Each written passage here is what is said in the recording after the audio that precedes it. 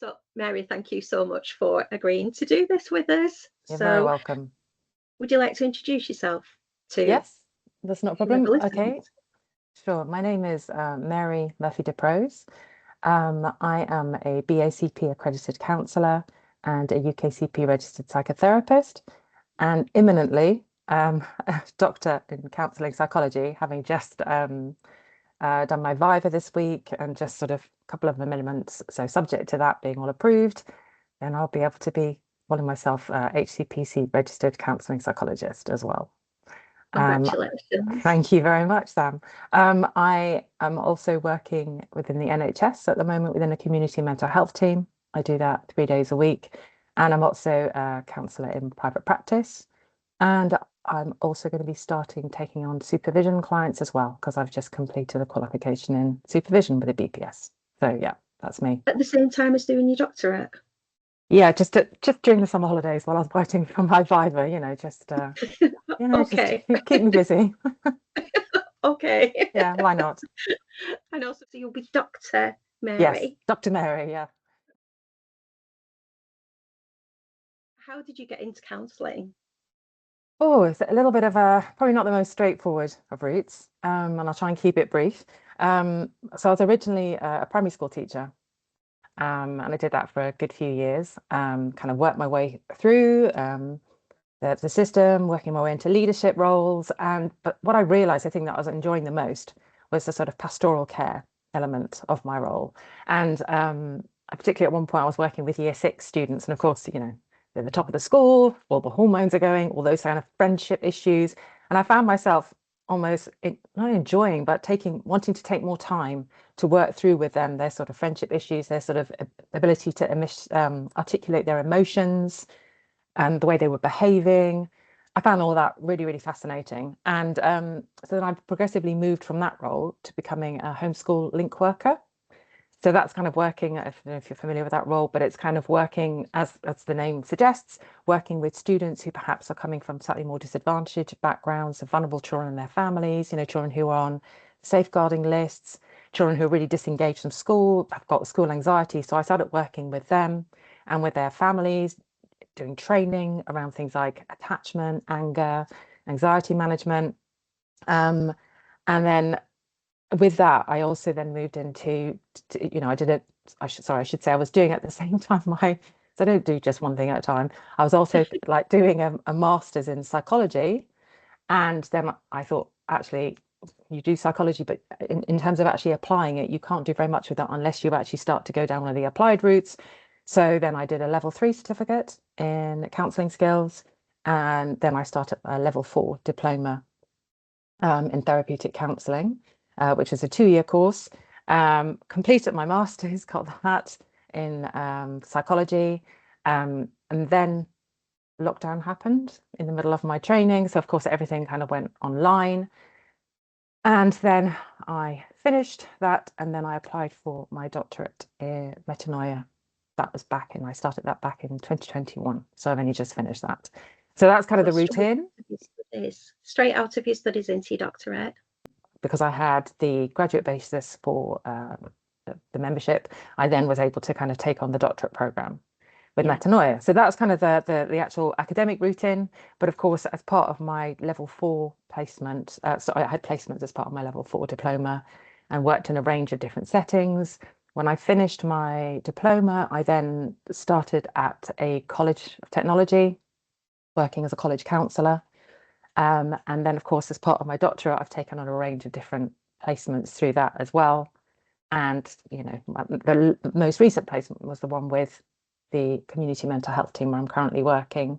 But that was also as a job as well. That's a windy journey. It is a windy journey, yes. It wasn't, starting off with teaching as well was but I feel like it's given me quite a sort of broad basis. And also, even though I work with adults now, I have had quite a lot of experience of working, in primary school settings with children, but also I've worked at various colleges as well. So I've worked with the adolescent period. So kind of understanding that child into young person development, I think, has been really helpful to really understand working with adults who have quite severe and enduring mental health difficulties now. What was it that led you to this research topic? So I think working with young people, because obviously that sort of teenage and adolescent years is where you're kind of exploring your identity anyway. Obviously going back to people like Erickson, which is quite a sort of, I suppose, quite an old-fashioned view, but still it's that idea of during adolescence, that's the time when we're kind of working at who we are.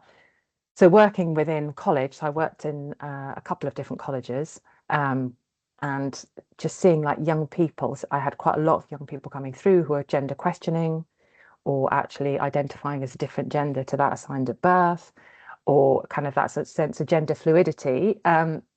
I would say I had a huge amount of curiosity and fascination with this topic, and I guess on a personal level, a huge amount of admiration for these young people who were actually kind of looking at things differently and not just going, oh, well, I've been told that I'm a boy, so I have to carry on in this way, but actually questioning that whole social construct of gender through their own being. But obviously with that came, because this wasn't something that was necessarily within my own upbringing, kind of coming from sort of quite a rigid Catholic upbringing, and I talk about this in my research, to actually to interface, I suppose, with people who had a very different experience, who were very much younger than me. So I guess there was a lot of learning that I had to do, and I guess I didn't feel really that equipped with my own training to explore gender in that way. I think actually when it was discussed very briefly in one of my initial trainings, it was kind of like, oh, well, they're all jumping on the bandwagon, and I've just felt really dismissive, and that there wasn't a space for exploration. And I'm saying this, and I don't mean to kind of criticize the training, because I recognize you've got to cover so much with level 4 training, but it just felt like, wow, there just isn't that knowledge or that, and I wonder, that comfort, or that there's such a sort of discomfort talking about this, and people themselves don't feel, perhaps some trainers, not all, maybe don't feel like confident in actually opening the space to have a discussion around questioning gender identity. So there's that part of it. So that's the young people.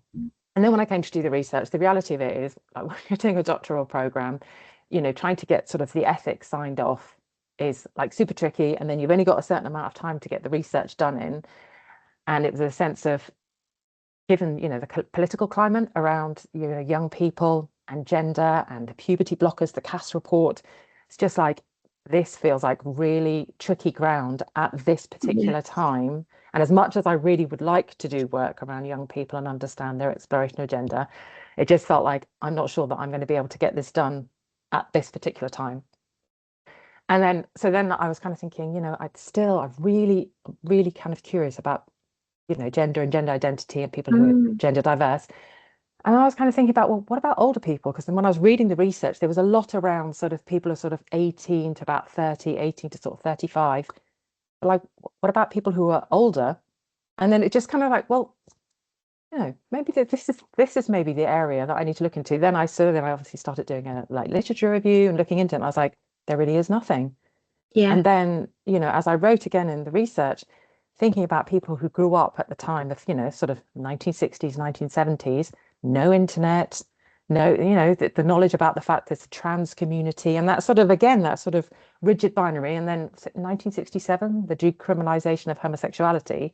So, and whilst people who are trans are not necessarily homosexual, they all kind of got grouped together, as in, you're over there, and that's in some way wrong. So I just thought, time. And then the final layer was that, that was the sort of, I'm a child of the 1970s. So kind of growing up then, and I'm mixed ethnic origin as well. And at that time, there was, again, sort of like, oh, you're a bit different. That sort of sense of being othered. I'd get called, I won't repeat them now, but quite kind of derogatory, racist names because I'm partly Chinese. So sort of like, oh, you're looking a bit different. You almost like you don't belong. You're not one of us. So with that sort of sociocultural backdrop, I guess it just became like, I really want to know, what was it like for somebody who was a young person who just thought, I don't feel like the gender that I was assigned at birth. I'm a child of the 70s as well, and education system of the 70s and 80s, and I don't recall it being discussed at all. I think, I think sex education was only just bare minimum. Yeah, absolutely. And then the only awareness that I had of trans, and I didn't know it was called trans then, was because there was a person who lived fairly near school. Stigma for that poor person.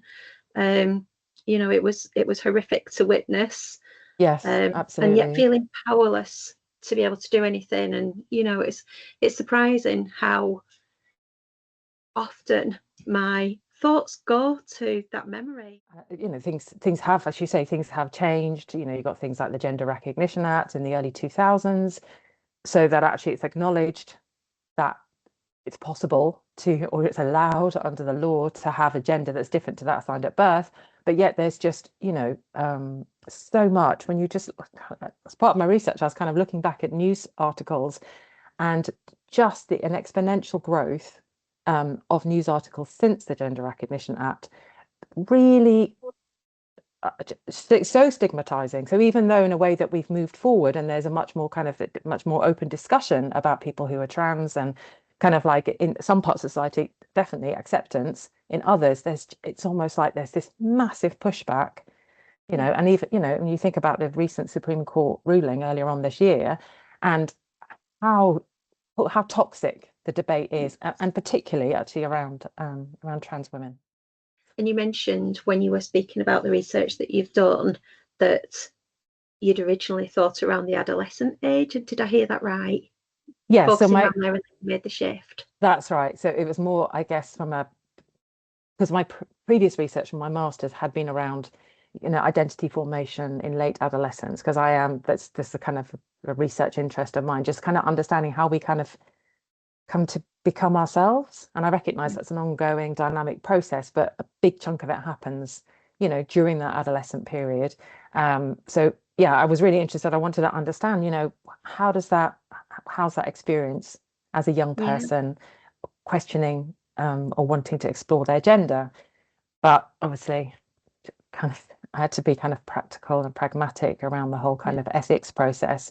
And like I said, it just felt it would just be not impossible, but I think I wouldn't be where I am now with my research. So perhaps this is something I can return to, or kind of potentially use the findings from my research to perhaps help inform people who might be working with young people. So yeah. That was part of my next question. Kind of, I didn't know whether to ask whether this was going to be the next research project.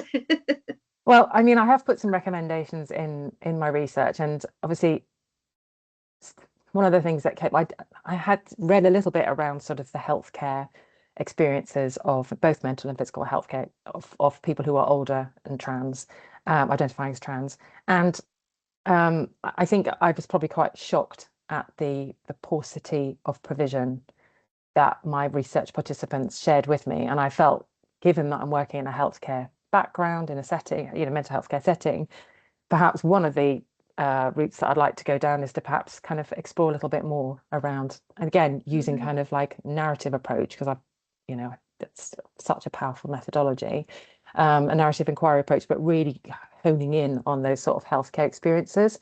But I think, you know, there's so many kind of young people who are questioning their gender. I think that is probably something I'd want to lean towards too, you know, once I kind of, you know, clear the decks of everything else I'm doing at the moment. But yeah, once you've celebrated this one, people who are in the process of choosing research methodologies, can you explain a little bit more about the narrative approach that you took? Absolutely, yes. Yes, because narrative inquiry is the approach that I took. And in terms of and there was lots of different ways of doing that. So I used mainly the author Catherine Reisman, and D. Jean Clendenin and Connolly as my kind of the bedrock for the approach and the method, as well as the methodology. So narrative inquiry is a really kind of human way of undertaking research. So rather than kind of being so strongly wedded to theoretical constructs and concepts and kind of going, I'm going to look at this with a psychodynamic lens, or I'm going to look at this with this framework, or a IPA or discourse analysis, it's very much about, okay, I acknowledge that this is me, this is who I'm bringing to the process. So it's very intersubjective as well. And yes, I have these different beliefs and ideas and theories, but I'm going to put them over here for now. And I'm going to really listen to my participants and listen to their stories and what we call like foreground the narratives in this process. So effectively, that the narrative is both the methodology and the knowledge base. So it's pinned on a very kind of relational ontology. So instead of saying, oh, you're a person over there and this is you, it's more about the relationships that we form with others, but also with society. It really also draws on the kind of the context. So it's got the commonplaces of time, place, and society. So and given that things are constantly shifting, it's an approach that really leans into that sort of fluidity of existence. So instead of saying this is an absolute truth, it's literally kind of supporting the idea that everything's very ephemeral. And yet within that, we can potentially kind of broaden our findings and make some generalization. So it's an idiographic approach. It's not saying I'm doing this approach and I can then apply this to everything else, but it can perhaps give us some indications of kind of broader ideas. So it's, I guess, in the way I've explained that, hopefully I'm trying to show that it feels like a very congruent approach, that if you're a counsellor or a psychotherapist, it's a really relational form of research, and it's very effectively client-centered or person-centered or participant-centered, in that this is your truth and it's not me imposing my ideas on you. It's us working together. So it's a very collaborative form of research. So yeah, hopefully that's given you you can tell I'm very, very passionate about it. And I think it's really important when doing research that it's a research methodology that sits comfortably, rather than going, right, I'm going to go off and do this because this is what I feel I ought to do. This feels academic, because then I think there's something that, this is obviously a personal thing, everyone's different. But for me, the process was, I need to do something that I believe in. And I really believe in this as a methodological approach, that, yes, as a quantitative approach. Yeah. And I remember reading very early, years ago, before I was going into the masters, a piece from Kim Etherington. Oh, yes. Where there was, she really stands by as well, doesn't she? That idiographic approach. I took her at her word, basically, but we do this research all the time because we're constantly finding out about other people's stories and holding ourselves back in a way that we're not discounting our own experiences, but we can also recognize ours and differentiate them from the clients. Absolutely. Yeah. And I guess that sort of, whilst I didn't refer to transference and countertransference at all in my work, there is something of that kind of resonance, and that, I guess, the energy that's between you and the client, and you and the participant, or me and the participant, I should say, of actually, gosh, that really landed, and why is that landed? And actually, I suppose it takes a certain degree of courage, because there is kind of like personal disclosure in my research, where I'm actually talking about perhaps some of the beliefs or the biases or prejudices that I was holding on to because of the way that I've experienced life, and how, as through the research process, that I've been changed. So it's that, I guess, I think I said before quantitative when I meant to say qualitative research. That, it can often be with like qualitative research, one of the criticisms is it lacks objectivity. But I think what I would like to say about this methodology is actually it's embracing the intersubjective, and actually acknowledging that we aren't robots, that we are humans, and we're meeting and we're connecting. And the stories that my participants shared with me at that moment in time was impacted by the person that I am and what I'm bringing, and that particular moment in time and the particular context. And if they came to look at it again, they may, or speak with a different person, they may say different things, and that's okay, because that's what we do. That's a very human process. So and it sounds very intimate as a way of doing that's a good word. Research. If you were to give some guidance to other people who were considering this as a research methodology, keep themselves safe in that intimacy, I guess, is the guidance that you would give. Would you give a top pro tip? Yeah, so I guess for that, it's really, I mean, finding yourself an excellent research supervisor is, I'd say, like the absolute number one. So somebody who you actually feel it's almost like a quasi kind of client therapist relationship where you feel that you can speak without being judged, or you can express sort of fears and concerns that you have. I think it's also very important to ensure that you've got a good peer network as well. So you've got other people that you can talk to and trust. I continue to have personal therapy all the way through my training, so I could also go and talk to my personal therapist about this as well. And I also had an excellent primary clinical supervisor, because there's just so many overlaps, I think, with this methodology as well. So it's really about making sure that you've got the network to support yourself, which is I found helpful, but also knowing what kind of restores your soul.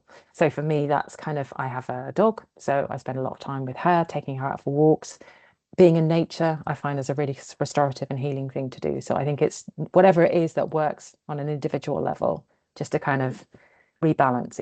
Is vitally important, because it, like you say, yeah, totally. It is a very intimate form of research, and I have been changed significantly as part of that process. Oh, So, it is important I to love look that. after yourself as well as the participants. Yeah. You mentioned that you'd made some recommendations. So once you've got your stamp on that thesis, what's the hope that will happen with your research? So obviously, as I presented, as you saw, at a couple of conferences. So I think that kind of disseminating it at conference is a really important thing for me to do. And I guess one of the significant changes in me was that whole thing of, it's really important to honor my participants, and they all were like, I'm doing this because I want you to share my story with others. So it's like I I want to do this, and I feel like I also have to do that, and it's the right thing to do. So and I have done some training now at work. So I've run a couple of training sessions in the community mental health team where I work, which that's kind of been like well received. And I also kind of we have like a trust newsletter as well. So I kind of wrote something in that to kind of talk about the work that I'm doing. And I'm also in the Trust LGBTQIA plus network as an ally.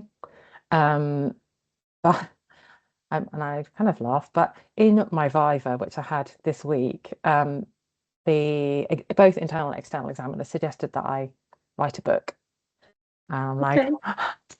okay, that wasn't necessarily in my plan, because as in, it's, yeah, that sort of feeling of, really, is this good enough to be in a book? They're like, yes, because I have written it in. I tried to write my research in quite a creative way, which they've seen as well, and it's almost like a stories within stories. So it's Yes. so it's according to them, and this is not me blowing my own trumpet, I feel like they've said it, so it's okay. But they said it's like a really such a pleasure to read, and to and actually it's you can really kind of emotionally connect with the stories of the participants. So this is a possibility, but also the idea is also to probably try and aim to publish in some peer-reviewed Yes. journals as Yes. well, just to kind of, because obviously that's another way of getting the information out. But potentially I'd like to try and write something potentially for the BACP. I saw there was an excellent article in Therapy Today this month written by a trans woman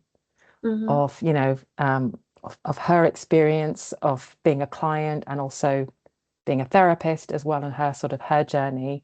And she touched on a lot of a lot of the themes that came up in my research. So I think it's so important to get this work out, Yes.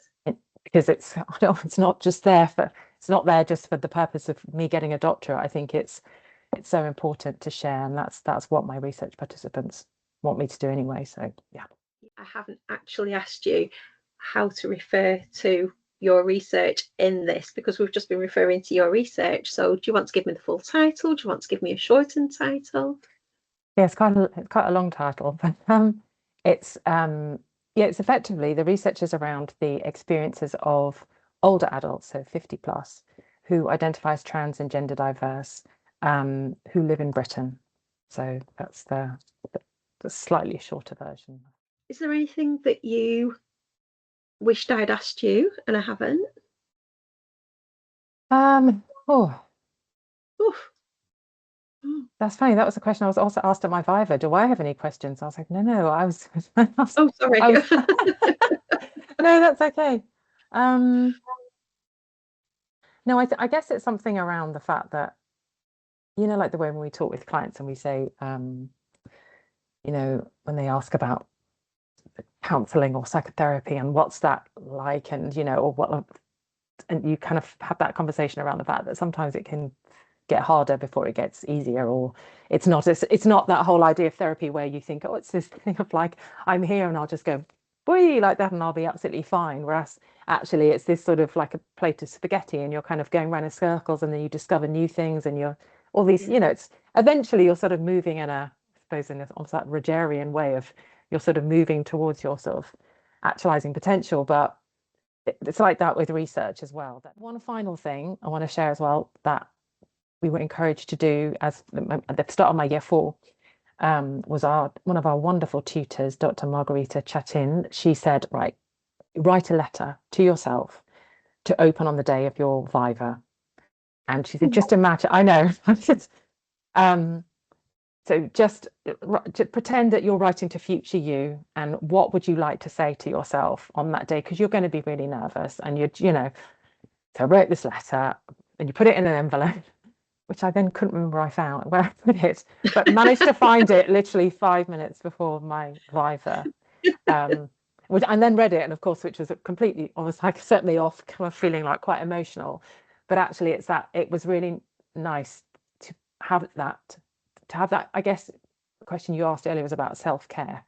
And Yeah. it's about, that was almost like the ultimate gift of self-care to myself, of almost like saying, you're going to be all right, you can do this, and it was, so I think, maybe that's, I know you mentioned that you're in the process yourself of drawing that to an end, and maybe that's something to do for yourself. I don't know that. I think that's got to go on my jobs list for today. Yeah, it I was a think that's really, really really lovely. powerful thing to read just before I, Mm. switched on the Zoom and was kind of, okay, let's do this. Thank you for adding to my jobs list there, Mary. So, it's a nice job, really. Okay. So Yeah. thank you so much. No, you're so welcome. Thank you for giving me the time to talk about my research as well. It's really Yeah, it's appreciated. exciting. I can't wait to Yeah, see it in published yeah. And the book apparently. and the book.